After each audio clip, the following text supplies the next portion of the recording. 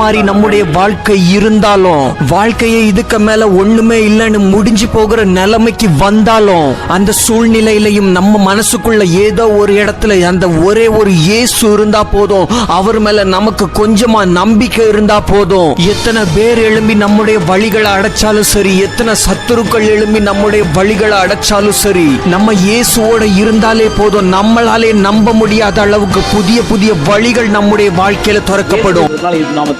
எல்லா தடைகளும் நீங்கி போட்டும் உம்முடைய பாதங்களிலே ஒவ்வொரு குடும்பத்தையும் அர்ப்பணிக்கிறோம். இயேசு கிறிஸ்து மூலமா கேட்கும் ஜீவனான பிதாவே, ஆமென்.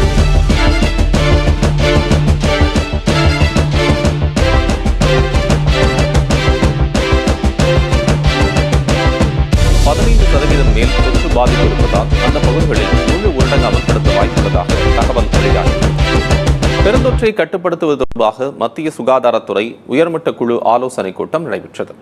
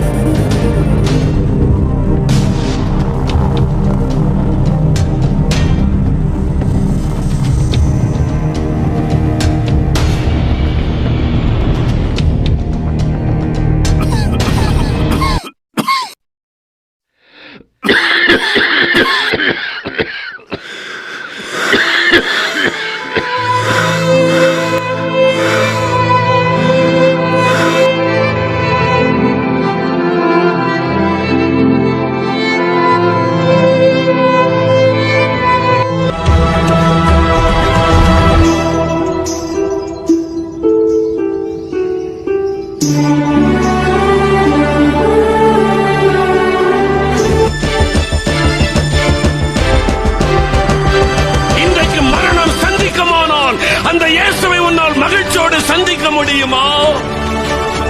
ஆண்டவர் கேட்பார், எத்தனை ஆத்துமாக்களை எனக்காக கொண்டு வந்தாய், ஆத்தும ஆதாயத்திற்காக என்ன செலவு பண்ணினாய், உன் பெருமைக்காக நீ செலவு பண்ணினாய், உன் பெயர் புகழுக்காக நீ செலவு பண்ணினாய், ஆத்துமாக்களுக்காக என்ன செய்தாய் என்று ஆண்டவர் கேட்பார்.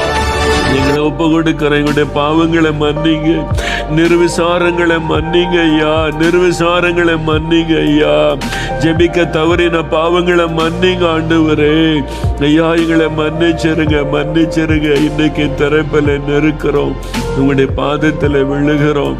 எங்களுடைய கண்ணீரை உங்களுடைய பாதத்தில் சிந்துகிறோம்ப்பா. உங்களுடைய பாதத்தில் சிந்துகிறோம் ஆண்டவரே. உங்களுடைய கண்ணீரை உங்களுடைய பாதத்தில் சிந்துகிறோம் ஆண்டவரே. பாதத்தில் சிந்துகிறோம்.